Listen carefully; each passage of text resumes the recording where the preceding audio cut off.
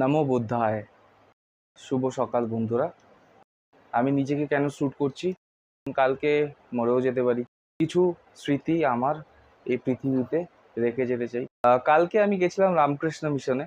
সেখানে গিয়ে একটা খুব ভালো জিনিস হলো। আমি কালকে কিছু শপিং করেছি, মানে শপিং বলে তো বুকস মোস্টলি।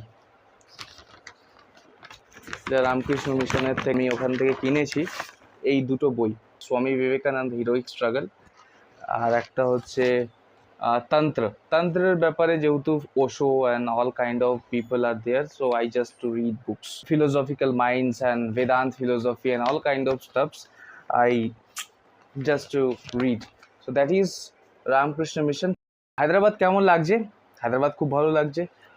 হায়দ্রাবাদে people are very educated, so we have, if you know, we having a conversation with the people who are from Bengal, and they are very much intellectual and understandable persons are also be living in Hyderabad.